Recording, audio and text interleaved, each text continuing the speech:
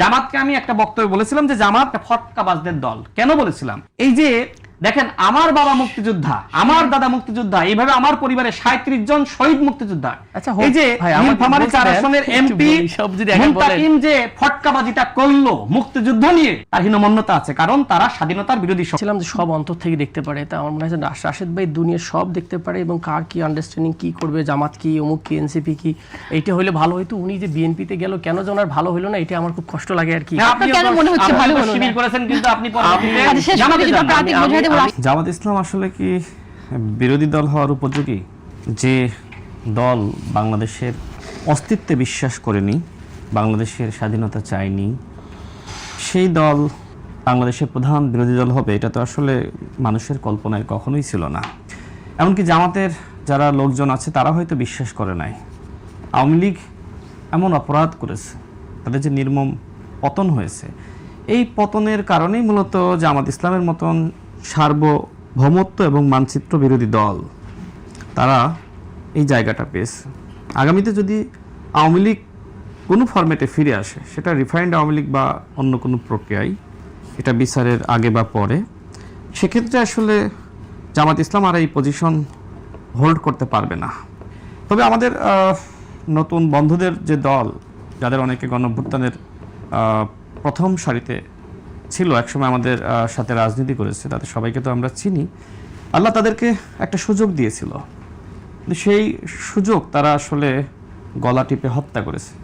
18 মাসের যে কেলেঙ্কারি, বিশেষ করে থানা থেকে হান্নান মাসুদ চাঁদাবাজদেরকে ছাড়িয়ে আনলো, বন্দরের উপদেষ্টা হলো, ডিসি নিয়োগের কেলেঙ্কারি, এবং বিভিন্ন মিনিস্ট্রির ছাত্র উপদেষ্টা হয়ে সচিবদের সাথে বাহাদুরি, টেলিভিশন দখল করা, সাংবাদিক ছাঁটাই করা, নানান অপকর্ম। আমি মাঝে মধ্যে ভাবি যে নাহিদ ইসলাম যেহেতু গণঅভ্যুত্থানের ঘোষক ছিল, সেক্ষেত্রে যদি আসলে খুব দ্রুত নির্বাচন হতো, সেটা 3 মাসের মধ্যে, তাহলে এনসিপি হতো বাংলাদেশের প্রধানতম বিরোধী দল। সেই সুযোগটা ছিল, কিন্তু মানুষ আসলে বুঝে ফেললো যে না, এই ছেলেগুলো যাদেরকে আমরা এত আস্থা বিশ্বাস, যাদের কান্না শুনে, আহাজারি শুনে আমরা রাজপথে নামলাম, তারা আবার 7 আগস্ট থেকে আওয়ামী লীগের সাথে মিটিং শুরু করলো। আমি হান্নান মাসুদের কথা বলছি। আমি একটা শোতে দেখেছিলাম, আপনি আমাদের মাননীয় এমপি মহোদয়কে প্রশ্ন করেছিলেন, তিনি আমাকে নব্য বিএনপি বলেছিলেন। এটা কোনো সমস্যা না, দল বদল হতেই পারে। তিনিও একসময় অন্য রাজনীতি করতেন, এখন এনসিপি করছেন। আমি আগে গণ অধিকার পরিষদ করতাম, এখন বিএনপি করছি। এটা বাংলাদেশের বাস্তবতায় এটা খুবই বাস্তবসম্মত।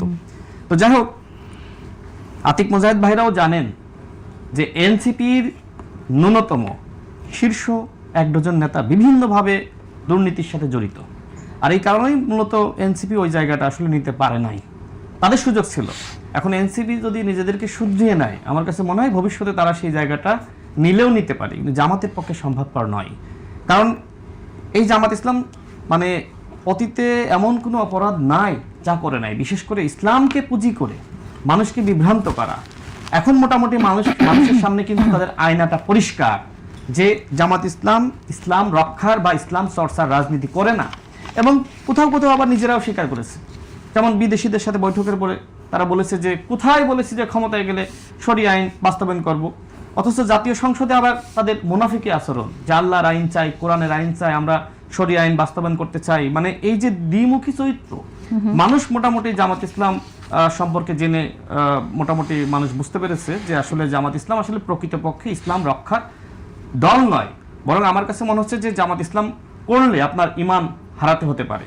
এই জন্য একসময় যারা শিবিরের রাজনীতি করেছে, আমার কাছে মনে হয় তাদের অনেকে এইটা বুঝতে পেরে তারা জামাত ইসলামে যোগ দেয়নি। তাদের অনেকে এখন এনসিপিকে মন্দের ভালো মনে করে এনসিপিতে যুক্ত হচ্ছে। আর কোনো প্রশ্ন থাকলে করতে পারেন। আমি আসবো একটি বিষয়ে আপনার মন্তব্য শুনতে চাই। প্রধানমন্ত্রী তারেক রহমান তিনি কথা বলেছেন, যারা জনগণকে বিভ্রান্ত করতে চায়, সেটি সংসদের ভেতরেই হোক, সংসদের বাইরেই হোক, তাদের ব্যাপারে আপনাদেরকে সচেতন থাকতে হবে। কারণ এই সকল লোকেরা, এই সকল দলগুলো দেশে যদি অশান্তি করার সুযোগ পায়, তাহলে আমরা ফ্যামিলি কার্ড বাস্তবায়ন করতে পারবো না। আপনার কাছে কি মনে হয় যে সেরকম অশান্তি করতে পারে? দেখেন, জামাতের আমিরের যে বক্তব্য, তিনি বলেছেন যে আবারও আমাদেরকে 96-এর মতন প্রস্তুতি নিতে হবে। কাকে নিয়ে প্রস্তুতি নিবে? আওয়ামী লীগকে নিয়ে? আমরা 96-তে দেখেছি যে কিভাবে তারা আওয়ামী লীগের সাথে হাত মিলিয়ে বিএনপির বিরুদ্ধে আন্দোলন করেছে। দুঃখ লাগে, তারা মানে 71-এর পরাজিত শক্তি, পরবর্তীতে 86-র নির্বাচনে তারা এরশাদের সাথে হাত মিলিয়েছে, তারা ফখরুদ্দিন মঈনুদ্দিনের সাথে হাত মিলিয়েছে, আওয়ামী লীগের সাথে হাত মিলিয়েছে, অর্থাৎ জামাত ইসলামের ভুলের পর ভুল। তারা এখন ক্ষমতায় যাওয়ার স্বপ্ন দেখছে। যেহেতু আমরা লক্ষ্য করেছিলাম যে মূলত তারা ফেসবুকে আসলে প্রধানমন্ত্রী ঘোষণা করেছিল, এবং দেখবেন যে অনলাইনে প্রত্যেকটা জরিপে জামাত সরকার গঠন করেছে, এনসিপিও না। কারণ শুরুর দিকে এনসিপির সাথে তো আসলে জামাতের বিশাল দ্বন্দ্ব। মানে আমি যে কথাগুলো এখন বলছি, এই কথাগুলো জামাত সম্পর্কে নাহিদ ইসলাম বলেছে, নাসিরউদ্দিন পাটোয়ারি বলেছে, হাসনাত বলেছে, এই হান্নান মাসুদ বলেছে। এখন আমাদেরকে বলা লাগছে, কারণ তারা এখন আসলে বলা যায় যে জামাতের মস্তিষ্ক দ্বারা পরিচালিত হচ্ছে এখন এনসিপি। যে কারণে এখন এই কথাগুলো একসময় আমাদের এনসিপি বন্ধুরা বলতো, এখন যেহেতু জামাতের মস্তিষ্ক দ্বারা এনসিপি পরিচালিত হচ্ছে, যে কারণে এখন আমাদেরকে এই কথাগুলো একটু বেশি চাপ নিয়ে বলতে হচ্ছে। প্রধানমন্ত্রী আসলে যথার্থই বলেছেন, বিশেষ করে জামাতের একজন এমপি, মানে এই যে তারা দ্রুত ফাঁসি বা রায় কার্যকর হোক চায় না, তো যদি দ্রুত ফাঁসি বা রায় কার্যকর হতো তাহলে আজকে আজহার সাহেবকে এমপি হতে পারতো? আমাকে বলেন, সেই আজহার সাহেব বলছে যে আমরা চাইলে 16 দিনের মধ্যে বিএনপির পতন ঘটাইতে পারি। আরো অবাক হলাম যে জামাতের একজন সংরক্ষিত নারী আসনের এমপি, তিনি বললেন আমরা চাইলে শিবির এবং জামাতের যে জনশক্তি রয়েছে 3 দিনের মধ্যে বিএনপির পতন ঘটাইতে পারি। এবং নানান সময় গণঅভ্যুত্থানের হুমকি, মানে এত গণঅভ্যুত্থানের হুমকি সকাল বেকাল দিচ্ছে, মানুষ তো রাজপথে নামছে না। আপনার শক্তি আছে, আপনি মানে পতন ঘটিয়ে দেন না, সমস্যা কি? আপনি বলছেন যে আমরা বগল দাবা, বিরোধী দল হব না, এমন আচরণ করব না যাতে জনগণের স্বার্থ ক্ষুণ্ণ হয়। কিন্তু আপনি কেন হুমকি দিচ্ছেন প্রতিদিন? সকাল বিকাল অভ্যুত্থানের হুমকি, ষড়যন্ত্র, রাস্তা বন্ধ করা, নানান ধরনের মিথ্যাচার করা, এমনকি ধর্ষণকে পুঁজি করে তারা রাজনীতি করছে। মাননীয় প্রধানমন্ত্রী রামিসার বাসায় তার পরিবারের সাথে সাক্ষাৎ করার জন্য গিয়েছে, সেখানেও জামাত শিবিরের কর্মীরা ভুয়া ভুয়া স্লোগান দিয়েছে। দেখেন এরপরে কি করেছে, বিভিন্ন জনসভায় বলছে 3 মাসের সরকার, এখনই মানুষ ভুয়া ভুয়া স্লোগান দিচ্ছে। বিএনপি সম্পর্কে জামাত ইসলাম নির্বাচনের আগেও বলেছিল সংস্কার বিরোধী চাঁদাবাজ, কিন্তু আপনাদেরকে তো খায়নি, কারণ আপনারা ইসলামের নাম ব্যবহার করে চাঁদাবাজি করেন। আপনাদের এমপি শফিকুল ইসলাম মাসুদ সাহেব তিনি বলেন যে বউয়ের চিকিৎসার থেকে বাইতুল মালের চাঁদা আগে, মানে ইসলামকে ব্যবহার করে চাঁদাবাজি করা, এর থেকে নিকৃষ্ট আচরণ আর কি হতে পারে? জামাত ইসলাম ইসলামের উপযোগী কোনো দল নয়, বরং আমি মনে করি যারা এই ইসলামের মানে রক্ষা কবচ হিসেবে জামাত ইসলাম করতে যায়, তারা মূলত প্রকৃতপক্ষে তার ইমানটাই হারাচ্ছে। কারণ ওই জামাত ইসলামের তো কোনো ইমান নাই। অতীতে এরশাদের সাথে গিয়েছে, আওয়ামী লীগের সাথে গিয়েছে, আবার অন্য দলের সাথে গিয়েছে, তো ইমান হারা দল হলো জামাত ইসলাম। ওকে, অনেকগুলো প্রসঙ্গ, অনেকগুলো বিষয় আমি কথাটা বললেন 30 সেকেন্ডে।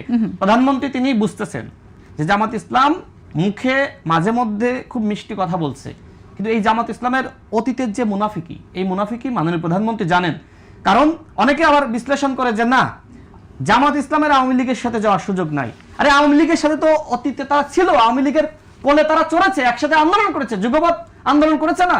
সুতরাং জামাত ইসলাম ক্ষমতায় যাওয়ার জন্য প্রয়োজনে শেখ হাসিনাকে ফিরিয়ে আনার আন্দোলন করতে পারে। আচ্ছা, আমরা সেই বিষয়ে কথা বলবো আবারও, যদি কখনো জামাত আওয়ামী লীগ এক হয়, এনসিপি কি করবে সেটাও আমরা শুনবো। কিন্তু তার আগে আপনি একটি কথা বলেছেন, সেই প্রসঙ্গে শুনতে চাই। রাশেদ খান বলেছেন যে আপনি আজকেও বললেন দুর্নীতির কথা, এনসিপি নেতাদের দুর্নীতির কথা বললেন, চাঁদাবাজি এনসিপির আয়ের প্রধান উৎস, সেই কথাটাও আপনি বলেছেন। আমি একটু আপনার কাছে শুনবো, আসবো পরে, যে আপনার কেন মনে হলো যে আয়ের প্রধান উৎস।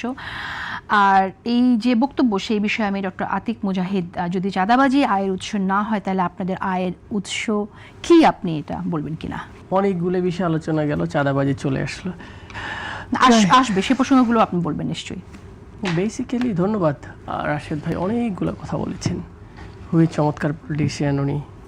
একেবারে হান্নান মাসুদ থেকে শুরু করে এনসিপির অনেক সম্ভাবনা ছিল। 2018 সালে আমরাও কোটা আন্দোলনকে আই বিলিভ দ্যাট বাংলাদেশে পরিবর্তন হবে বিশ্বাস করেছি। আমরাও বাহির থেকে বাইরে পড়াশোনা করতাম, ছাত্রলীগ মেরে আমাকে দেশের বাইরে পাঠিয়েছিল, আমি বাহির থেকে ফুল ফ্লেজ আমরা সাপোর্ট দিয়েছিলাম। আমরা নুরুকে ওই সময় একদম বড় লিডার হিসেবে তুলে ধরেছিলাম যে বাংলাদেশের পরিবর্তন, আগামী দিনে মন্ত্রী হবে, প্রধানমন্ত্রী হবে। দে ফেইল্ড এগেন। কে ভালো করবে কে খারাপ করবে সেটা রিসেপশন জনগণ, সেটা মানুষ দেবে আর কি। তো সেটা আমি ওনাকে পার্সোনালি এটা বলতে চাই না, উনি যেভাবে সবাই একসাথে জড়াই টড়াই ইসলামের পুরা মুফতি হয়ে গেছেন মাশাআল্লাহ। কারণ ইসলাম থেকে খারিজ করে দিতে গেলে তো মিনিমাম ক্যাপাসিটি লাগে, শারিয়া আন্ডারস্ট্যান্ডিং লাগে যে কাকে আমরা ইসলামে রাখবো কাকে রাখবো না।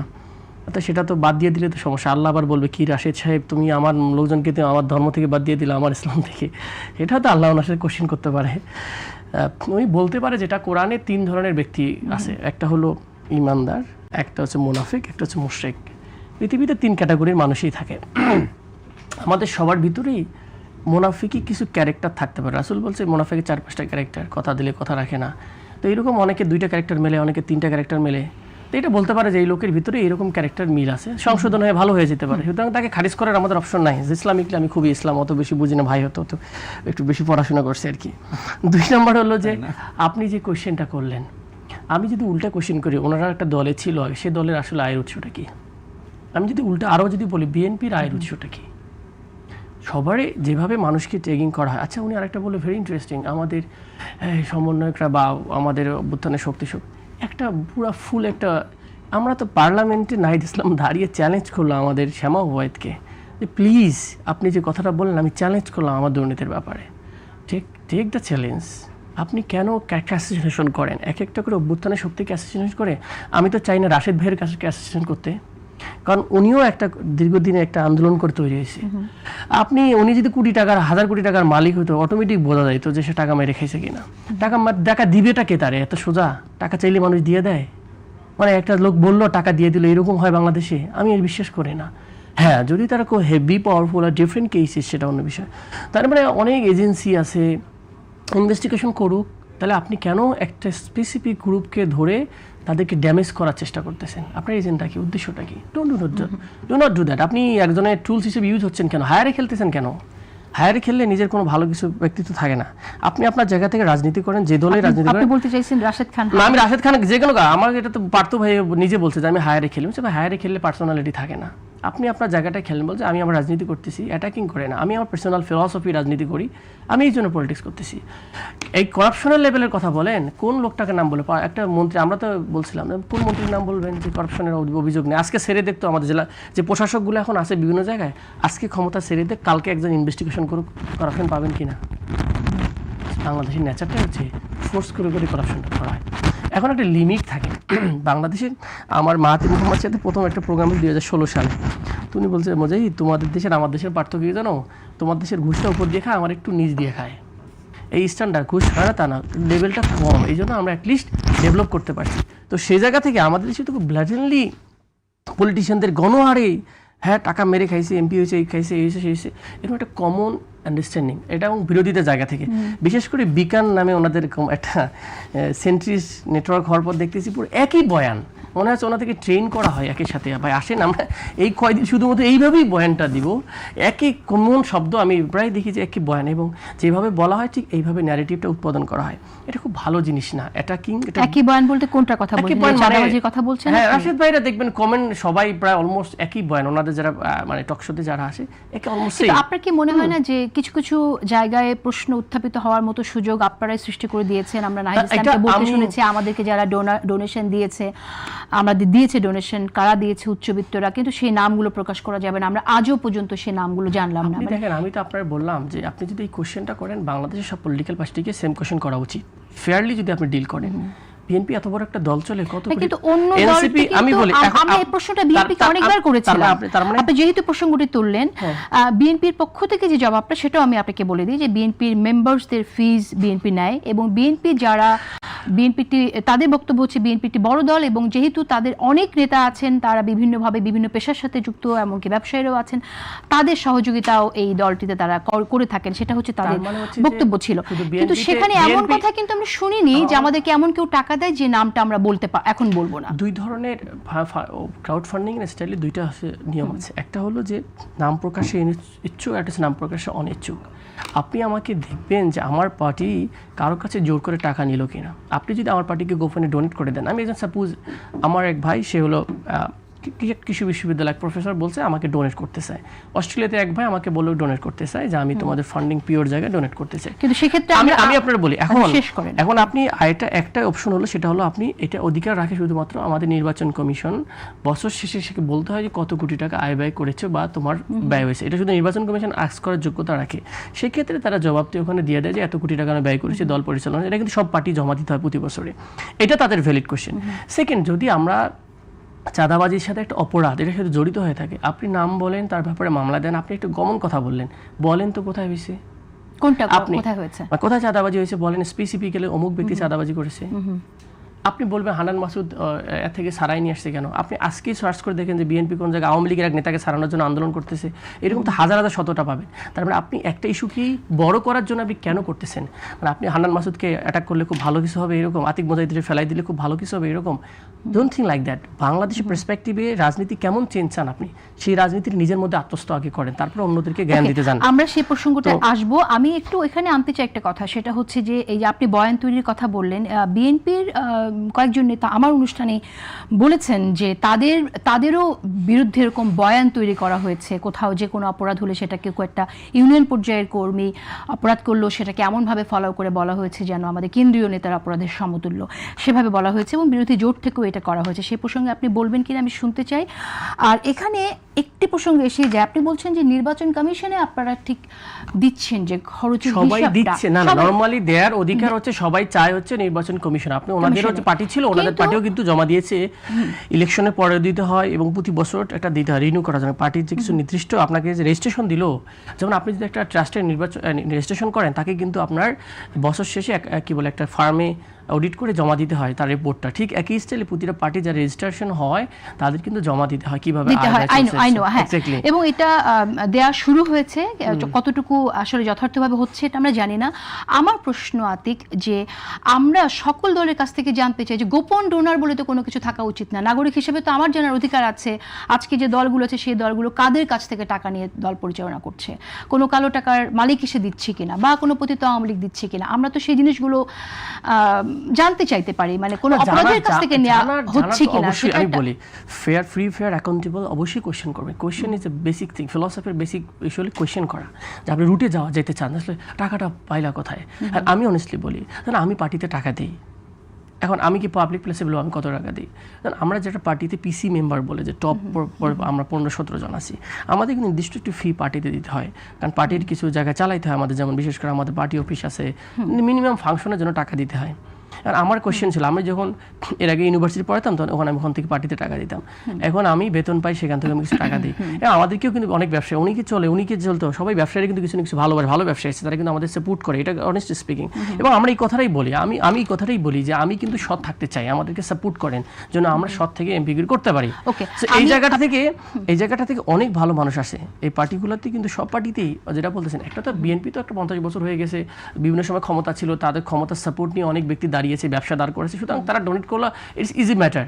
For the newly form party তাদের জন্য কিন্তু স্ট্রাগল করে কিন্তু তারা করে, এই হিউজ টাকা হয়েছে। আর বাংলাদেশের আপনি যদি সবকিছু কিন্তু আমরা আমি একটু শুনতে চাই, এটা আসলে বয়ান হিসেবে সামনে হাজির করা হচ্ছে কিনা, রাশেদ খান যে কথাটি এখানে একটা অভিযোগ আকারে আতিক মুজাহিদ নিয়ে এসেছেন, আমি একটু শুনতে চাইছি। এবং আতিক একটা প্রশ্নও করেছিলেন যে তাহলে আপনাদের দলের উৎস কি, আয়ের উৎস কি, সেই বিষয়ে যদি আপনি একটু বলেন। আচ্ছা, আতিক মুজাহিদ ভাই যে কথাগুলো বললেন একটু উত্তর দেব, তারপরে আমি আশা করি কথার মধ্যে আসলে আসবে আপনার উত্তরটাও। দেখেন 2018 সালের কোটা সংস্কার আন্দোলনটা কি আসলে সরকার পতনের আন্দোলন ছিল? তিনি যেহেতু বললেন যে আমরা ওই সময় প্রত্যাশা করেছিলাম, তিনি মালয়েশিয়ায় বসে এই প্রত্যাশা করতে পারেন না। আমরা যে সময় রাজপথে আন্দোলন করে মার খাচ্ছিলাম, আমি তো ওই সময় প্রথম অ্যারেস্ট হই, আমি তো বলেছিলাম যে এটা কি তার বাপের রাষ্ট্র। এরপরে আমাকে শেখ হাসিনাকে কটূক্তি করার মামলায় জেলে নেওয়া হয়, 15 দিন রিমান্ডের নির্যাতনের শিকার হয়েছে। আতিক ভাইদের উচিত ছিল দেশকে ভালোবেসে যে প্রত্যাশা উনি করেছিলেন এসে আমাদের সাথে আন্দোলনে যুক্ত হওয়া, তাহলে মনে হয় একটা কিছু হতো। আমি রাশেদ খান মার খাচ্ছি, আমি বলছি বাঁচাও, আপনি আমাকে বাঁচাইতে আসেন না। ভাই শুনেন, পতনটা কেমনে হবে আমি শেষ করতে চাই, শুনতে বলেছি মনে আমি বলেছি ছাত্রলীগ আমাকে 2015 সালে 14 সালে 2-3 বার মারার পরে আমি ক্যাম্পাসে ক্লাস করতে পারি নাই, আমি কোনো রকম অনার্স শেষ করে আমার কিন্তু এখন অ্যাপের সার্টিফিকেট, আমি কিন্তু ফুল সার্টিফিকেট তুলতে পারি, ওটা নিয়ে কিন্তু আমাকে মালয়েশিয়া পালাইতে হয়েছে, মানে মায়ের খেয়ে ক্যাম্পাসেই থাকতে পারছি না। ঠিক আছে, সেটা তো আপনাকে শুনতে হবে। আমি কিন্তু পালাইতে পারি নাই, সেটা আমার সুযোগ ছিল আমেরিকায় যাওয়া, আমার সুযোগ ছিল ইউরোপে যাওয়া। অনেকে বলেছিল যে আপনি একটু চলে আসেন, কারণ যেভাবে আপনার উপরে শেখ হাসিনা দমন পীড়ন করছে, আপনার নামে শেখ হাসিনাকে কটূক্তি করার মামলা দেওয়া হয়েছে, এই দেশে আপনি বাঁচতে পারবেন না। এমনকি যে সময় আমি জেলে গিয়েছিলাম, আমার মা অনেক বড় বড় মানুষের কাছে গিয়েছে, তারা বলেছে যে রাশেদ কখনো জামিন পাবে না, এমনকি আমার পক্ষে আইনজীবীরা কথা বলবে সেটিও অনেকে বলতে চাচ্ছিল না। তো যাই হোক, ভাইরা পালাতে পেরেছিলেন, কিন্তু রাশেদ খান পালাইতে পারে নাই, কারণ আমার উপর দায়বদ্ধতা ছিল। আমরা 18 সাল থেকে 24 সাল পর্যন্ত লড়াইটা চালিয়ে গিয়েছি। আমরা যে সময় দেখলাম যে শুধুমাত্র কোটা সংস্কার আন্দোলনের মাধ্যমে হাসিনার কিচ্ছু করতে পারবো না, হয়তো একটা দাবি পূরণ হলো, কিন্তু এরপরে রাষ্ট্র সংস্কার আন্দোলন করতে হবে। আসিফ বলেন, নাহিদ বলেন, আক্তার হোসেন বলেন, তারা তো আমাদের জুনিয়র ছিল, আমাদের সাথে ছাত্র রাজনীতি করেছে, তাই না? যাই হোক, পরে হিস্ট্রি আর না বলি, তারা তাদের একটা গন্তব্যে গিয়েছে, আমরা তাদের জন্য দোয়া করি। তো যাই হোক, আমরা প্রত্যাশা করেছিলাম, রাশেদ খান যে সময় লাইভ করে বলছিল না, আমি তো ভাবছিলাম যে আমাকে গুম করে নিয়ে যাবে।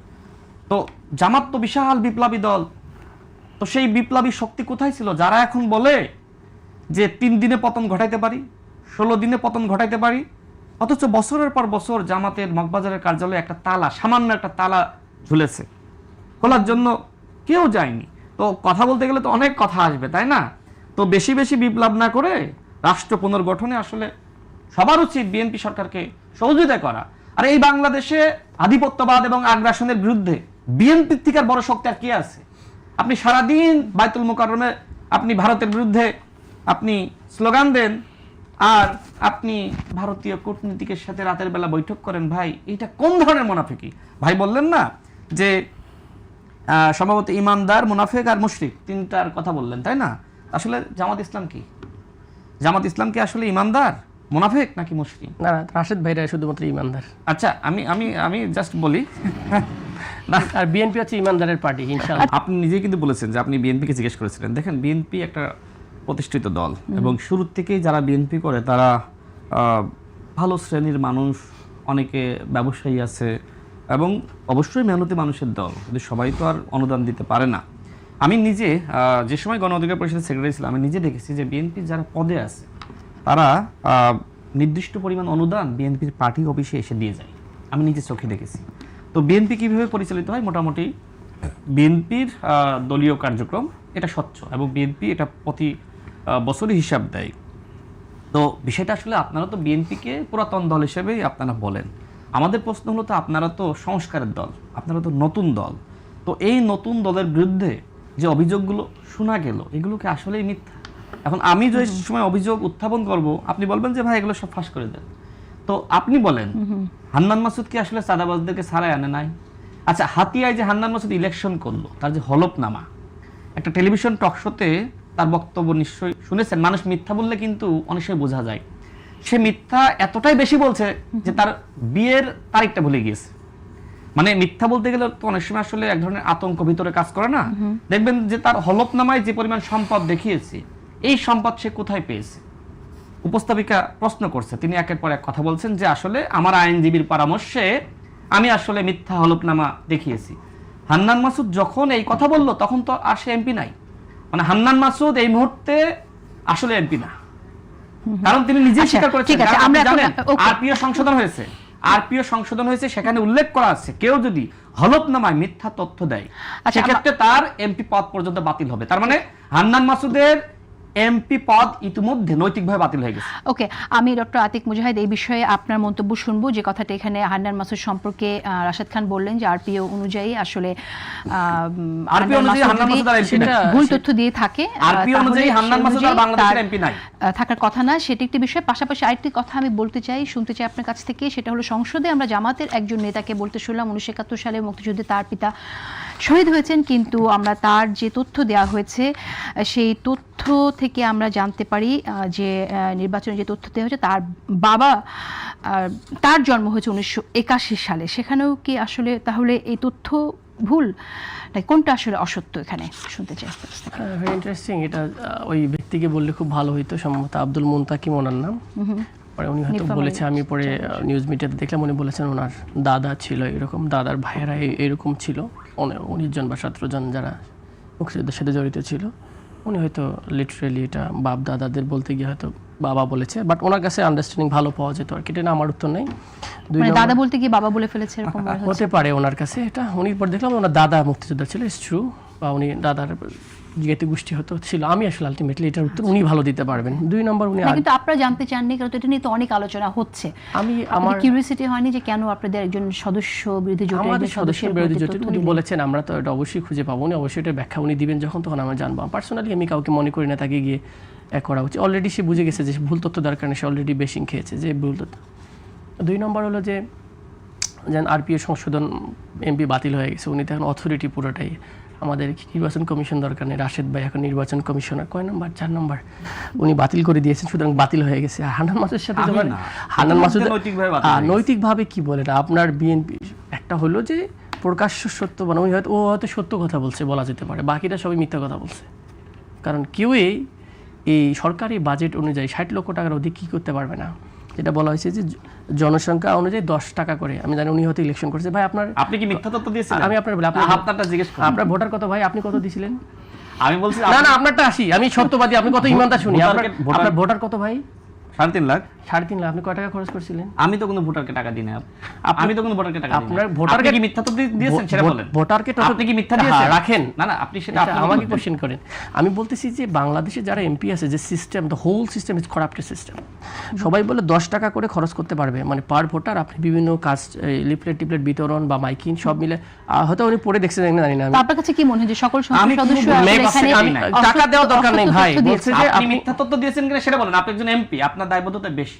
মানে উনি আমাকে এমপি শুধু মিথ্যা কথা বলতে পারবে না, আর হচ্ছে যারা বিএনপি করবে তারা শুধু মিথ্যা কথা বলতে পারবে, এরকম বোঝা গেল। ঠিক আছে ভাই, এই বিষয়ে আমি কথা বলছেন, ওনার সাথে আমি আর্গুমেন্টে যাচ্ছি না। আমি যদি হোল সিস্টেমের কথা বলি, করাপ্টেড সিস্টেম। আমি যদি বলবো, আমরা আজকে বিএনপির এক নেতার সাথে বসছি, বলতে যে ভাই আমি শুধুমাত্র ভোটের আগের রাতে আমি 1.5 কোটি টাকা দিচ্ছি শুধুমাত্র সেন্টার খরচ। আমি কি বলবো যে ওই লোকের কথা বলছে? এটা কি নিয়ম যায়? একটা মানুষের ব্যক্তিগত অনেক বিষয় বাংলাদেশে কালো টাকার সিস্টেমগুলো ফাংশন করে, কিন্তু হোল সিস্টেম ইজ করাপ্টেড। কিন্তু এই যে করাপ্টেড সিস্টেম, এটার বিরুদ্ধে তো কথা বলতে হবে, এই বিষয়টা নিয়ে কথা বলতে হবে। কিন্তু এখন আপনারা পরিবর্তনের কথা বলেছেন, আপনারা যদি এটা সব দোষ হচ্ছে এনসিপি করতেই হবে না সব দোষ এনসিপি করতে হবে না। কারণ হচ্ছে যে আপনারা নতুন বাস্তবতার কথা, নতুন বন্দোবস্তের কথা আপনারা উত্থাপন করেছেন, শব্দটা কিন্তু আপনারা অনেক বেশি ব্যবহার করেছেন। সেই জায়গা থেকে আমাদের একটা বা মানুষের একটা প্রত্যাশাও আছে যে আপনারা এই পরিবর্তনের জায়গাগুলোতে আপনারা গুরুত্ব দেবেন। I understand your point. We appreciate that people are asking. দেখেন, মানুষ কিন্তু ইমাম সাহেব দোষ করলে বেশি চিল্লায়, তুমি দোষ করবা কেন? That's good thing. এনসিপি দোষ করবে কেন? এনসিপি, এটা আমি জানি, এনসিপিকে মানুষ মনে করি স্ট্যান্ডার্ড, এখানে নতুন ছেলেরা আসছে, পলিটিক্সে একটা পরিবর্তন চায়, তারা ওই মাফিয়া তন্ত্র স্টাইলে রাজনীতি করতে চায় না, চোরতন্ত্র না। কেন তোমরা কেন এটা করবে? I agreed. তো এটা এরকম না, বাট যে প্রসেস অফ বাংলাদেশ, আপনি যেটা বলতেছেন যে ফুল জিনিসটাই করাপ্টেড। ইভেন আপনার এই যে এখানে আসেন, আপনি এই প্রতিষ্ঠানটাকে যদি আপনি পিওরলি অ্যাকাউন্টেবল করতে চান, ইট ইজ করাপ্টেড প্রতিষ্ঠান। কারণ এটা কোনো না কোনো অলিগার দ্বারা তৈরি, এবং তাদের আমি আপনার বলি হোল সিস্টেম ইজ করাপ্টেড। আপনি বলেন না পৃথিবী চলে ওয়ার্ল্ড অর্ডারের আন্ডারে, তো আমেরিকান ওয়ার্ল্ড অর্ডার চলে। আপনি কিন্তু এই বাংলাদেশের সরকার কি থাকবে, আমেরিকার কিন্তু একটা ইন্টারেস্ট থাকলে কিন্তু সেখানে ইন্টারভেন করে।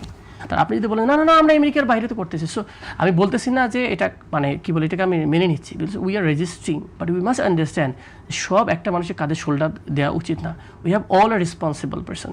আল্লাহ কিন্তু উনি যদি বলছে খুব ইমানদার মানুষ, যেহেতু আপনার কাছে কি মনে হয় আপনি বুঝলেন এখানে যে সিস্টেমটা করাপ্টেড, যারা আরপিও, হ্যাঁ আপনি বুঝলেন বা আপনারা যারা এর মধ্যে আছেন আপনারা বুঝতে পারছেন যে সিস্টেমটাই করাপ্টেড, কিন্তু যারা আসলে এই যে আরপিওকে আমরা এখানে রেফারেন্স হিসেবে আনছি এবং যারা এটাকে বাস্তবায়ন করবে, এই অধ্যাদেশটা ধরে যারা আসলে আইন বাস্তবায়ন করবে এবং যারা কিনা এই আইনের বরখেলাপ করছে তাদের বিরুদ্ধে অবস্থান নেবে বা ব্যবস্থা নেবে, তারা এটা বুঝতে পারছেন যে সিস্টেমটা করাপ্টেড। বোঝে। আমার কথা হচ্ছে বাংলাদেশ এমন একটা জায়গা, স্টেজ ড্রামা হয় অনেক কিছু, সবাই বোঝে কিন্তু বলে না।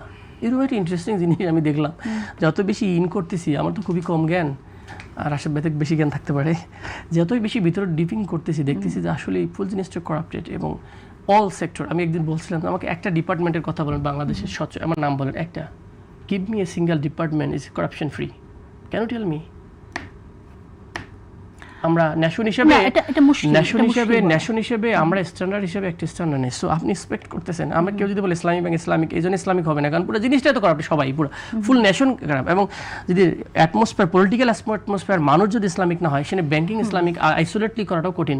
হয়তো তার ট্রাই করে একটা পার্সেন্টেজ লেভেলের হতে পারে, বলেন মন্দের ভালো বলে না, ঠিক সেম স্টাইলে। আমি একটু অন্য আমাদের শুরুর প্রসঙ্গে আমি একটু আসি। জামাতের নেতা যেটা বলেছেন, জামাতের আমির যে কথাটি বলেছেন যে আমাদের খুব গরম বিরোধী দল ভাববেন না, আপনাদেরকে আসলে আমি কি ভাববো, আমরা মানুষ কি ভাববে এখানে, এটা তো উনি বিরোধী দল হিসেবে জামাতের কথা বলেছে, এনসিপির কথাও যদি আমি এটা শুনতে চাই। বিরোধী দল ইজ বিরোধী দল। সো বাংলাদেশের কালচারে যেটা আমি অভ্যস্ত, সেটা হচ্ছে আমি যেটা বুঝতেছি আর কি, আমাকে এটা বিয়ন্ড মাই, আমি এমপি ছাড়া বিরোধী দল ছাড়া বলি, নর্মালি কি দুই চোরের মধ্যে খেলা হইলে মজা হয় আর কি। একজন চোর একজন ভালো হইলে কিন্তু চোর খুব আনইজি ফিল করে, শালার আমি তো গালিতে পারতেছি না। মানে আমি যদি বলি যে অমুক চাঁদাবাজ, কিন্তু চাঁদাবাজ করে না, তাহলে আমার কিন্তু সমস্যা, চাঁদা শব্দটা যাচ্ছে না আর কি। আচ্ছা দুই গ্রুপে চাঁদাবাজ হয়, তাহলে কিন্তু বলতে খুব মজা। তো এখন তুমি যেটা বলছো জামাত ফিটিং না বা এনসিপি ফিটিং না, বিকজ হলো the cycle of Bangladesh basically Awami League and BNP. তারা এরে মারে ক্ষমতা শেষ করে এরা পিড়ায়, ওরা শেষ করে ওরা পিড়ায়, এরা খায় এই তো ছিল কাহিনী। তো হঠাৎ করে দেখছে যে আমার একটা ফ্রেশ কিছু গ্রুপ আসছে, ফ্রেশ কিছু পিপল আসছে যারা থিঙ্কিং গুড এবং গুড গভর্নেন্স অ্যান্ড ওয়েলফেয়ার স্টেটের কনসেপ্ট মাথায় নিয়ে। ডেফিনেটলি আপনি যে আমি বলি, এবং বিএনপির কিছু মানুষের সাথে আমার কথা হয়, to be honest they are really they are trying to be good, সবাই কিছু মানুষ অনেকে আছে। এখন যদি আপনি এইটাকে ইনকালকেট না করে, সোসাইটিতে পজিটিভ না করে, এগেইন আমরা কেন আওয়ামী লীগের স্টাইলে তাদেরকে গালিগালাজ না করে প্রথম মাসে আমরা পদত্যাগ না করে মানে সংসদ ছেড়ে চলে আসলাম না? এটা একটা আজব জিনিস, কারণ পার্লামেন্ট বাংলাদেশ ডিসফাংশনাল সবসময় থাকতো, হিস্টোরিক্যালি ডিসফাংশনাল ছিল। আপনি আমাকে কিন্তু পার্লামেন্ট ফাংশন করলেও যে কথাটা এখানে এসেছে যে 3 দিনের সরকার ফেলে দেব, 16 দিনের মধ্যে পতন ঘটাতে পারে, এবং গণঅভ্যুত্থানের যে ব্যাপারটি বারবার আসছে, সেটাকে আপনি কিভাবে তাহলে আমরা দেখেন পলিটিক্যাল রিটোরিক অ্যান্ড অ্যালার্মিং করা। উনি তো অনেক কথা বললো, আমি আসলে এটা না যাই। উনি যদি এখন বিএনপি করে তাহলে বিএনপির সাথে জামাতে 24 বছরের সম্পর্ক, ইট ওয়াজ এ মোনাফিকি সম্পর্ক। বিএনপি ওয়াজ এ গ্রেট মোনাফিক because they brings a great মোনাফিকার। কারণ আপনি 2 মোনাফিক একসাথে হয়েছে, নাহলে একসাথে থাকেন কেমনে, বন্ধুত্ব হয় কেমনে? আওয়ামী লীগের সাথে যদি একটা আন্দোলন করে আর বিএনপির সাথে তো পুরা 25 বছর ধরে এতে ছিল একসাথে, তাহলে ওটা ওনারা দোষ। এইগুলো জিনিস ফালতু rhetoric, I don't want to bring here. So sorry, আমি শব্দটা ফালতু না, মানে একটা বাজে এক্সাম্পল আর কি। তো সেই জায়গা থেকে যে বলতেছেন, তো এখন জামাত ইজ নিউ এবং 222 ইজ নিউ এমপিস, তারা সবাই আমি দেখেছি মোটামুটি ট্রাই করতে, তার এলাকার মানুষকে যারা যেহেতু ভোটে এসেছে তাদের একটা আন্ডারস্ট্যান্ডিং যে আমাকে সামহাও কিছু কাজ করতে হবে, সামহাও কিন্তু দেশের যে অবস্থা। তো সে জায়গা থেকে পলিটিক্যাল রেটরিক তো আপনাকে বিরোধী দলকে আপনার মতো করে চলে, তাহলে আমার তাহলে বিএনপিতে জয়েন করা উচিত। ওনারা প্রতিদিন বলে আপনারা ভালো হয়ে যান, আপনারা আমাদের কেন সমালোচনা করেন, আমাদের ভালো দিকগুলো দেখেন না কেন? তো সমালোচনা করার বিষয় থাকলে তো সমালোচনা করবেই, আপনি সমালোচনা করতে দিবেন না, তাহলে আপনি তো নিউ অটোক্রেট হতে যাচ্ছেন। খালি প্রেইজিং পছন্দ করেন না, মহারাজা মহাশয় আপনি যাহাই করিয়েছেন তাহাই সুন্দর হইয়াছে, এরকম করে বলতে হবে না। সব কাজের মধ্যে কোনো কাজ কি বাজেট, যেমন বাজেট নিয়ে একটু যদি বাজেট নিয়ে বলি, হ্যাঁ বাজেট আপনি বলবেন, কিন্তু আমি একটু জানতে চাইছি যে আপনি তো বাজেট নিয়ে আমি চেয়েছিলাম এর আগে বাজেট নিয়ে আপনার অনুষ্ঠানে আপনার আমন্ত্রণ জানিয়েছিলাম, আপনি আসতে পারেন, আপনি বাজেটের কমিটিতে ছিলেন, বলবেন এখানে। কিন্তু আমার একটা প্রশ্ন আছে যে বাজেটের যে জনমুখী যে প্রস্তাবনাগুলো আছে সেই জায়গা নিয়েও কিন্তু অনেকে বলছে যে বিরোধী জোট তো সেই জায়গাগুলোকে কোথাও প্রশংসা করতে পারতেন। হ্যাঁ, বাজেটের কিছু সংকটের জায়গা আছে, ঘাটতি বাজেট মেটাতে পারবে কিনা সেটা ট্রু, সে আশঙ্কার জায়গা আছে, কিন্তু ওইটা আপনি কিভাবে দেখবেন যে একটা বাজেটে কি কোনো পজিটিভ দিক নেই? আমি দুটো জিনিস আপনার কথা শোনেন, হিস্টোরিক্যালি মানে আপনি আমাকে অপোজিশনে ফেলে দিয়ে প্রতিদিন গালিগালাজ করছেন, অপোজিশনের যোগ্য না, তারা কিছু বোঝে না। ইভেন এমনও বলে যে এতগুলো ইস্যু চলে গেল, অপোজিশন কোনো কথাই বললো না, মানে everything is goes back to the power party, মানে সব কিছু দোষ অপোজিশনের। খেয়াল করেন, বিদ্যুৎ চলে গেছে অপোজিশনের দোষ, মানে এরকম একটা অবস্থা হয়ে গেছে। কেন তোমরা বিদ্যুৎ নিয়ে কথা বলো না? সরকারের কোনো দায়বদ্ধ না, আমাদেরকে বলতে হবে, তারপরে সরকারকে অ্যাকাউন্টেবল করতে হবে। Issue is that.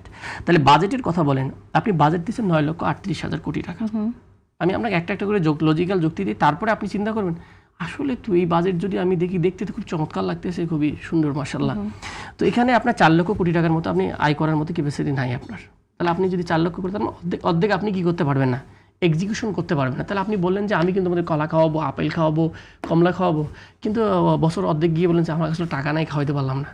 তাহলে মানুষকে এটা না বলে, মানুষকে কষ্ট না দিয়ে যে আমরা কিন্তু এবার যেহেতু অর্থনৈতিক সংকটে রয়েছি, 17 বছর ধরে আওয়ামী লীগ সব টাকা মেরে খেয়ে ফেলছে, আমরা একটু এই বছরটা একটু কিছুটা সাধন। আমি বলি যেহেতু আমরা বাজেট নিয়ে আলোচনাটা করব না আজকে, শুধু আমি জাস্ট আমার প্রশ্নটা ছিল যে বাজেটের কোনো একটি পজিটিভ দিকও কি আপনারা দেখলেন? আমরা এটা বিগিনিং এ বলেছি, একদম নাহিদ প্রথম দিন আমরা যেটা বলেছি যে 3টে ক্ষেত্রে বাজেট খুবই ভালো কাজ করেছে। এর মধ্যে একটা আমরা বলেছিলাম যে হেলথ সেক্টরে, এডুকেশন সেক্টরে এবং সোশ্যাল সেফটি নেটে বেশ ভালো বরাদ্দ দিয়েছে আমরা বলেছি, কিন্তু বেসিক্যালি এটা এক্সিকিউশন করা যাবে না। আমি যেটা বলছি আগে যে আপনি এমন একটা জিনিস বললেন, ফদ্দি ধরা দিয়েছেন, যেগুলো করবেন আসলে আলটিমেটলি কিনতে পারবেন না, বাজারে গিয়ে দেখলেন সেটা আসলে হয় না। এটা তাহলে ইমপ্র্যাকটিক্যাল হয় না, বাস্তবায়ন হয় না, কাটছাট করা হয়। এবং আরেকটা জিনিস আপনাকে বলে যাই, সেটা আমি পার্লামেন্টে হয়তো বলবো, সেটা হলো এখানে প্রায় 57,000 কোটি টাকা একটা মিসসেলেনিয়াস বা আমরা বিবিধ ব্যয় বরাদ্দ দিয়ে আসা আছে। আমাদের কনস্টিটিউশনে 89 অনুচ্ছেদে বলা আছে যে আপনাকে অবশ্যই ডিমান্ড ফর গ্রান্ট মন্ত্রীরা করতে হবে যে আপনার কোন কোন কতটুকু বরাদ্দ চান। দেন 90 অনুচ্ছেদে বলা হয়েছে যে আপনাকে স্পেসিফিকেশন কোন পারপাসে কত টাকা ব্যয় করবেন সেটা কিন্তু বলতে হবে। এই বাজেটে কিন্তু 57,000 কোটি টাকা কোথায় ব্যয় করবে কোনো কিছুই নাই। আচ্ছা, সেটা So, নিশ্চয়ই এরকম অসংখ্য বিষয়- না জানিয়ে নিশ্চয়ই সরকার এটা ব্যয় করতে Exactly, পারবে এটা না। মানুষ করতেছে। নিশ্চয়ই জানতেই Exactly, পারবে যে exactly. কোথায় এই অর্থটি ব্যয় হচ্ছে। আমরা অন্য বিষয়ে একটু কথা বলতে চাই। স্থানীয় সরকার নির্বাচন সামনে হতে যাচ্ছে, আমি একটু রাশেদ খান আপনার কাছে শুনি যে কিরকম নির্বাচন হতে পারে বলে আপনার কাছে মনে হয়। কারণ এই নির্বাচনে তো যারা কিনা আসলে আওয়ামী লীগ করেছে তারাও নির্বাচনে অংশগ্রহণ করার একটা সুযোগ পাবে বলে মনে হচ্ছে। আচ্ছা, আমি যে কথাগুলো আমার বাকি ছিল শেষ করি। দেখেন, আপ বাংলাদেশ নামক একটা সংগঠনের নাম আপনিও শুনেছেন। তারা একসময় এনসিপির অস্বচ্ছতা, আর্থিক দুর্নীতি এই ধরনের প্রতিবাদ জানিয়ে তারা কিন্তু জাতীয় নাগরিক কমিটি ছেড়ে নতুন একটা দল বা সংগঠন গঠন করেছিলেন, আপ বাংলাদেশ। পরবর্তীতে কিছুদিন আগে আবার তারা একীভূত হয়েছে। আই ডোন্ট নো কেন।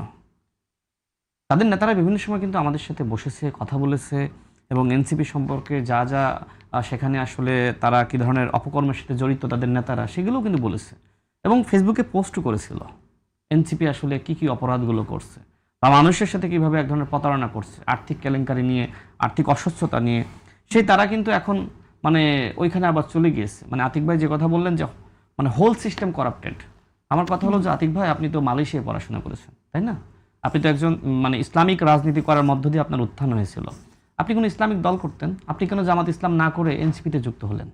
এই প্রশ্ন আমি আপনার কাছে রাখছি। মানে আমি কি করবো সেটা বলে দিতে না, পারবো না। আমি সেই প্রশ্ন আপনার কাছে রাখছি, যেহেতু জামাত ইসলাম সম্পর্কে আপনি এখানে তো মোটামুটি পজিটিভ বলতেছেন, আমি তো জামাত নিয়ে পজিটিভ বলেছি। নেগেটিভ কিছু বলিনি। আমার কাছে মনে হয়েছে, আই থিঙ্ক আপনি মনে উত্তর হয়েছে। দিবেন যে আপনি ছাত্র শিবির করার পরেও কেন জামাত ইসলামের যোগ না দিয়ে আপনি কেন এনসিপিতে যুক্ত হলেন?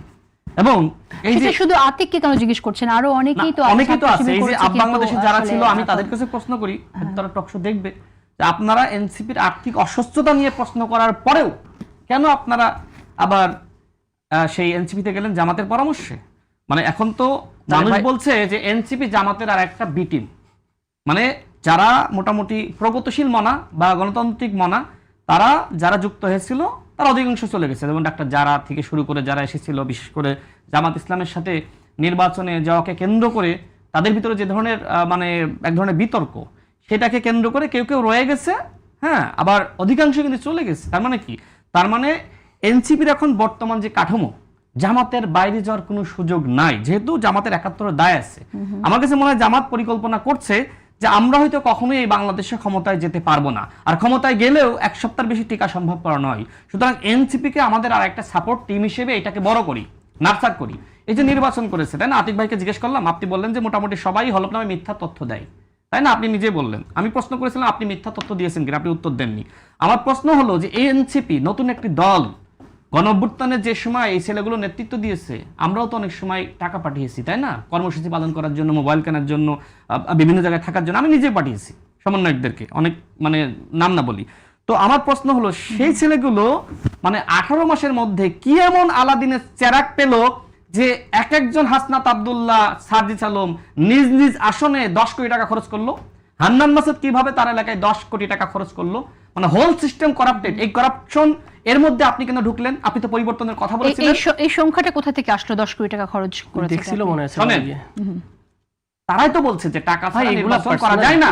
হান্নান মাসুদ কি তিনি আমাকে বললেন যে আপনি পার ভোটার কত খরচ করেছেন, তার মানে নিশ্চয়ই তিনি খরচ করেছেন। আমি তার কাছে প্রশ্ন করি, জামাত ইসলাম আপনাদেরকে কত কোটি টাকা দিয়েছিলেন? আমি যে তথ্য পেয়েছিলাম যে এনসিপি কে জামাত ইসলাম 100 কোটি টাকা নির্বাচনী বাজেট দিয়েছিল। বাপ, এখন তিনিও পেয়েছেন, সেটা 50 লাখ হোক আর 1 কোটি হোক, তিনিও জামাতের ফান্ড থেকে এনসিপির হয়ে নির্বাচন করার জন্য টাকা পেয়েছেন। এরকম যারাই নির্বাচন করেছে প্রত্যেকে কিন্তু জামাতের ফান্ড থেকে টাকা পেয়েছে এবং নিজস্ব ফান্ড তো ছিলই, তাই না? নির্বাচনের সময় বা জামাত এনসিপির সাথে থাকবে না, কি আসলে হতে যাচ্ছে? আমি আপনার কাছে শুনি আগে, আতিক মুজাহিদ। থাকবে কি থাকবে না সেটা নাকি একসাথেই করবে? স্থানীয় ইলেকশন তো আসলে স্বতন্ত্রই নরমালি হয়। কারণটা হচ্ছে জাতীয় নির্বাচনে মানুষ পলিটিক্যাল একটা ঐক্য করার থাকে, এগ্রিমেন্ট থাকে। তো লোকাল ইলেকশন তো ইন্ডিভিজুয়ালি সবাই করবে, কারণ আমরা তো আমাদের পার্টিকে বিল্ড আপ করার জন্য লোকাল লাগবেই। আমরা আমাদের সেই অনুযায়ী আমরা আমাদের মেম্বার, চেয়ারম্যান, আমাদের সমর্থিত, আমরা তাদেরকে বিভিন্ন জায়গায় সাপোর্ট দিচ্ছি এবং তাদেরকে বলতেছি আপনারা ইলেকশন করেন, উপজেলা, পৌরসভা। এবং এর একটা ধারাবাহিকভাবে আমরা জাস্ট 100 জনের একটা টোকেন ঘোষণা করেছি, আরও 300-400 হয়তো আমাদের চলে আসতেছে, এগুলো হয়তো ঘোষণা হবে। আমরা তো আমাদের পলিটিক্সটিকে তৈরি করব। এখন জোটগত কী হবে এরকম কোনো ধরনের আলোচনা আমাদের পলিসি মেকিং এখন পর্যন্ত হয়নি যে ইউনাইটেডলি 11 দল এই লোকাল ইলেকশনগুলো করবে। সো উইল সি লেটার এই বিষয়ে। এখন কি এটা হচ্ছে। আচ্ছা, এখানে তো যেমনটা আমরা শুনতে পাচ্ছি যে আওয়ামী লীগের স্থানীয় নেতারা যাদের বিরুদ্ধে কোনো মামলা নেই তারা নির্বাচন করতে পারবে, সুযোগ থাকবে। সেক্ষেত্রে কি মনে হয় যে কেমন হতে পারে নির্বাচন? এটা গভর্নমেন্ট আমার আপনারা কাছে কিরকম এটা বিএনপি আসলে চিন্তা করবে। বিএনপি ডিপেন্ডস আপন, বিএনপি কখনোই চাবে না আওয়ামী লীগকে নিয়ে আসতে এখনকার অবস্থায়। কারণটা কি, মূলত আওয়ামী লীগের ভোটগুলো বিএনপি পেয়েছিল এবার, তো এটা যদি জামাত পায়নি না, জামাত তো পায়নি। তো জামাত যে এত আমরা শুনলাম যে জামাত এটা আওয়ামী লীগের নেতাদের সহযোগিতা করেছে। আমি আমার এলাকার কথাই বলি, মানে আমরা দেখেছি যে আওয়ামী লীগের প্রতিটা চেয়ারম্যানকে বিএনপির লোকজন নামিয়েছে 3 দিন আগে, এবং যত লোক ছিল চেয়ারম্যান এবং কাউন্সিলর, আমার এমনি যদি আমার পৌরসভার 9টা কাউন্সিলর একদিনই সব বিএনপিতে জয়েন করে, সবাই আওয়ামী লীগের ছিল এবং সবাই কাজ করেছে এবং সবাই ওপেন, অস্বীকার করার মতো কিছু না। এবং সব আওয়ামী লীগের চেয়ারম্যানগুলো যারা সবাই 3 দিন আগে সবাই বিএনপির ক্যাম্পেইনে নেমে গেছে। তো তাদের যে ভোট ব্যাংকটা তারা যদি আইসোলেটলি করে, তো তাহলে তো বিএনপিকে যেটা কষ্ট হয়ে যাবে। বিএনপির ওই লেভেলের বিএনপি এটাকে চাবে ক্যাশ করার জন্য, তো সে জায়গা থেকে বিএনপি নিজে কখনো চাবে না যে আওয়ামী লীগ রিটার্ন করুক এই জায়গাটাতে। আর দ্বিতীয়ত হচ্ছে যারা আওয়ামী লীগের রিয়েলি আওয়ামী লীগ, তো আমরা দেখলাম ওনাদের মহাসচিব, সেটা কি আসলে বিএনপি চাওয়া না চাওয়ার উপর ডিপেন্ড করে? আমরা দেখছি ওনাদের মহাসচিব বলতেছে আওয়ামী লীগ এবং democracy doesn't go hand to hand. এটা যদি উনি ইমানদার দলে যেহেতু মহাসচিব, ইমানদারি কথা হয়, দলীয় ভাবে যদি প্রার্থী না দেয় কোন একজন ব্যক্তি, তাহলে সেক্ষেত্রে সে যদি পোস্টেড লিডার হয়, তো কথা ছিল নিষিদ্ধ কার্যক্রম। তার মানে কি আওয়ামী লীগ এমন কোন চেয়ারম্যান আছে যে আওয়ামী লীগের পোস্ট ছিল না চেয়ারম্যান হয়েছে? কারণ সে নৌকা মার্কে নিয়েই চেয়ারম্যান হয়েছে ম্যাক্সিমামে। তো পোস্ট ছাড়া কি, এবং অনেকে এখান থেকে কিনে নিয়ে যেত নৌকাটাকে চেয়ারম্যান হওয়ার জন্য। সেই লোকগুলোকে আপনি সমাজ থেকে কি আউট করে দিয়ে বলবেন যে না, কোনো ফ্রেশ লোক নিয়ে এসে আমরা আওয়ামী লীগের সমর্থিত রিফাইন, রাশেদ ভাই ইদানি খুব মজার শব্দ বলে রিফাইন আওয়ামী লীগ, উনার সাথে কমিউনিকেশন আছে। কে ভাই রিফাইন আওয়ামী লীগের সভাপতি আপনারা বলে দিয়ে দেন। আপনারা তো সবই জানেন, কারণ আপনি দেখেন কারা কত টাকা কোথায় লেনদেন, সুতরাং আপনি এটা ডিলিংসে থাকেন। হয় আপনার সাথে সরকারি কোনো এজেন্সি আপনাকে সাপোর্ট করে, না হলে এমন কোনো তথ্য বাবা তো নাই, পালাই গেছে সজীব বাবা, এখন কোনো তথ্য বাবা আছে কিনা আমি সেটাও জানি না। যেটা আপনাকে তথ্য দেয় সে যে বলে ফেলে। হ্যাঁ, তো আমার সম্পর্কে যেটুকু জানতে যুক্ত বলছেন, একটু আমার সম্পর্কে দুর্নীতিগুলো ফাঁস করলে আমি খুশি হব। আচ্ছা, আমি আসবো রাশেদ খান আপনার কাছে। তার আগে আতিক মুজাহিদ, আপনার কাছে আরেকটি প্রশ্ন। বাগেরহাটের একটি ঘটনা আপনাকে বলি। সেখানে চিতলমারী এমপি মশিউর রহমান খানের এলাকার উন্নয়ন কাজ কোনো হদিস নেই, এমন একটি অভিযোগ, একটা ব্যঙ্গাত্মকভাবে প্রকাশ করার কারণে একটি হারানো বিজ্ঞপ্তি আকারে সোশ্যাল মিডিয়ায় পোস্ট দিয়েছেন। সেজন্য তাকে হেনস্থা করা হয়, থানায় উঠিয়ে নেওয়া হয় মুচলেকা দিয়ে, তারপর এমপির কাছে মাফ চাইয়ে তাকে মুক্তি দেওয়া হয়।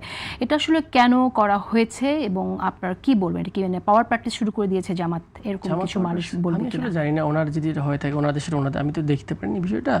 আমরা শুধু এটাও পার্লামেন্টে দেখলাম যে আমাদের নুরুল ইসলাম মনি, যে আমাদের চিফ হুইপ, তার নামে কয়েকটা পাথরঘাটা না কি যেন একটা পেজে লেখা লিখেছে, উনি ওনাকে উঠাই নিয়ে যে তাকে বাসা থেকে অ্যারেস্ট করছে, এবং যে ছেলেটা অ্যাক্টিভিস্ট ছিল মার্চ ফর ডেমোক্রেসি বেগম জিয়ার নামে, সে কাজ করতে গিয়ে আওয়ামী লীগ ওই সময় অ্যারেস্ট করছে, তাকে অ্যারেস্ট করে 3টা মামলা দেওয়া হয়েছিল এবং তাকে দীর্ঘদিন ভিতরে রাখা হয়েছে, যার জামিন পর্যন্ত পায়নি।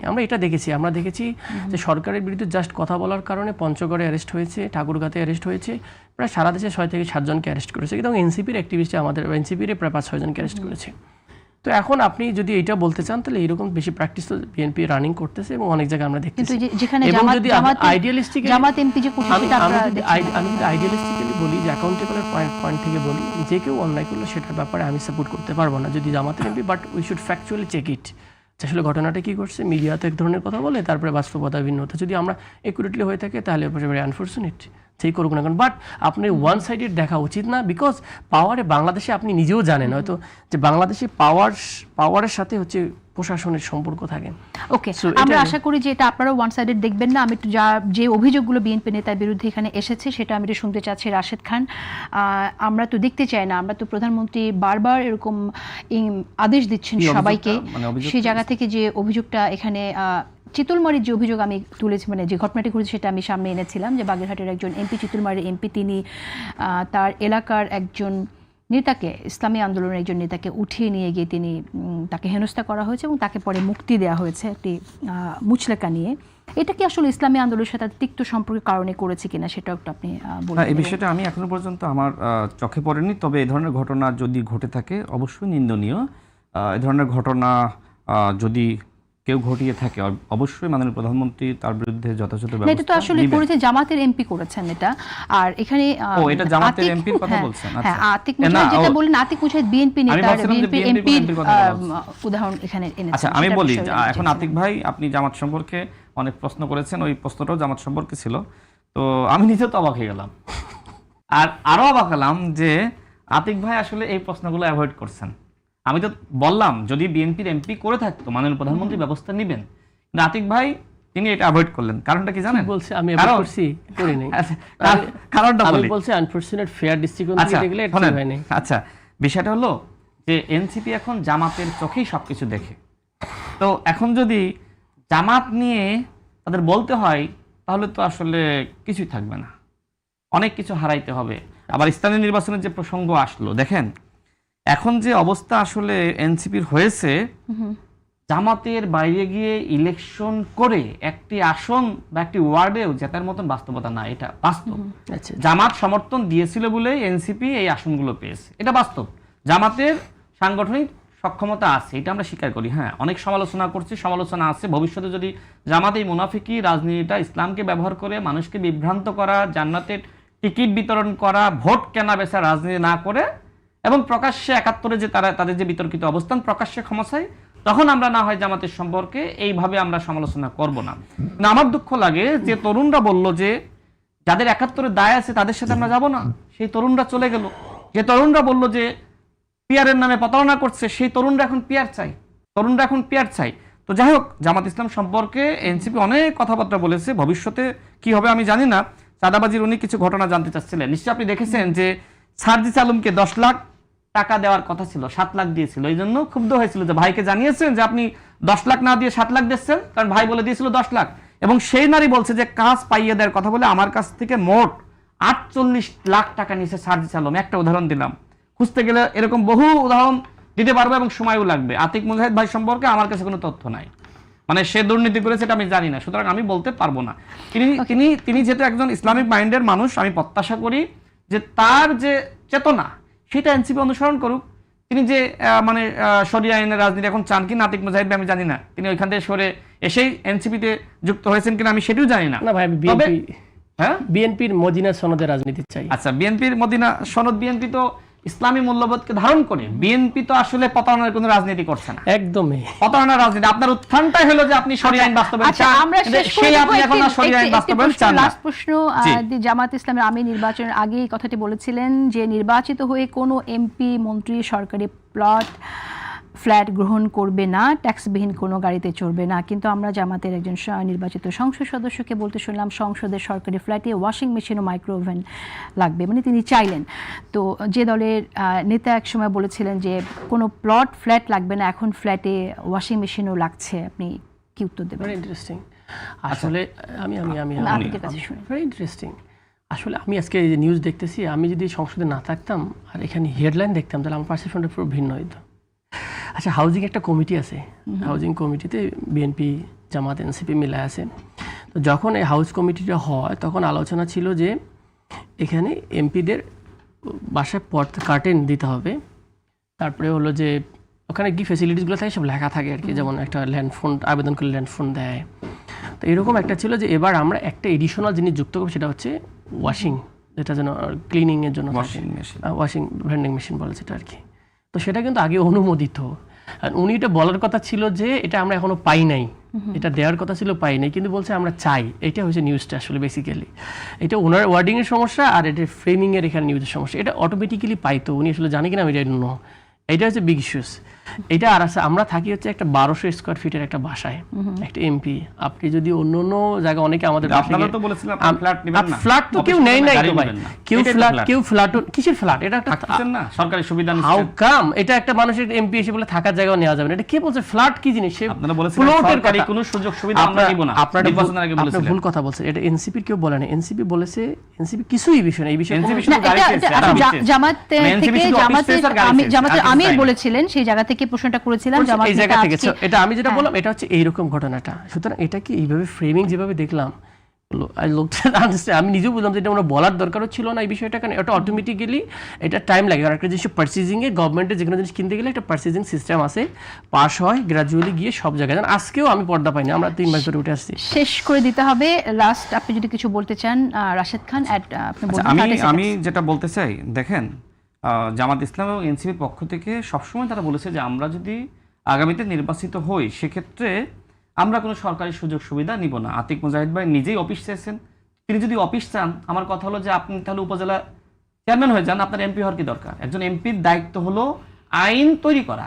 আপনি আইন তৈরি করার জন্য আপনি যেমন ঢাকায় সরকারি ফ্ল্যাট পেয়েছেন, কিন্তু ওই উপজেলা চেয়ারম্যান কিন্তু কোনো সরকারি ফ্ল্যাট পায়নি। যদি এইভাবে আমাদের মাননীয় এমপিদেরকে অফিস দিয়ে দেওয়া হয়, ওই চেয়ারম্যানের কোনো গুরুত্ব থাকবে না। সুতরাং আতিক মুজাহিদ ভাই যে দাবি করেছিলেন, আমি তার কাছে অনুরোধ করতে চাই যে আপনি স্থানীয় প্রশাসন, যেহেতু আপনি শক্তিশালী হোক চান, আপনি আপনার এই দাবিটা প্রত্যাহার করে নেন। অন্যথায় স্থানীয় প্রশাসন, এমপিরা যদি এইভাবে অফিস করে, তাহলে স্থানীয় প্রশাসন শেষ হয়ে যাবে। আচ্ছা, দাবি বিষয়ে আমি কিন্তু এনসিপি অনেক কিছু কথা বলেছি।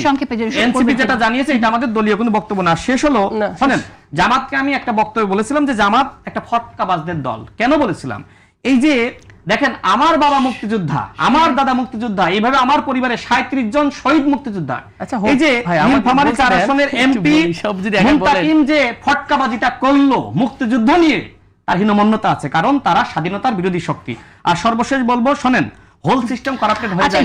বাংলাদেশে সবাই মুক্তিযুদ্ধ হতে চাইছে কিনা একদম সংক্ষেপে আমাকে শেষ করতে হবে, সময় নেই। যত বয়ান দিতেছে কোনটা যে নিব, অনেক জ্ঞান দিতেছে ভাই, অ্যাডভাইজার হয়ে যান, আমরা ইনশাআল্লাহ আপনার জ্ঞান দিয়ে চলবো। কি বলছেন লাস্ট একটা কথা? না মানে এই ইনফিনিটি কমপ্লেক্স থেকে আসলে সবাই এখন মুক্তিযুদ্ধ হতে চাইছে কিনা? আমার তো মনে হচ্ছে একটা মনোবীক্ষণ যন্ত্র নামে একটা নাটক দেখেছিলাম, যে সব অন্তর থেকে দেখতে পারে। তা আমার মনে হয় রাশেদ ভাই দুনিয়ার সব দেখতে পারে, এবং কার কি আন্ডারস্ট্যান্ডিং, কি করবে, জামাত কি, অমুক কি, এনসিপি কি, এইটা হলে ভালো হইতো। উনি যে বিএনপিতে গেল, কেন যে ওনার ভালো হলো না, এটা আমার খুব কষ্ট লাগে আর কি। কেন মনে হচ্ছে ভালো হলো না? শিবির করেছেন, কিন্তু আপনি পরবর্তীতে জামাতে যান।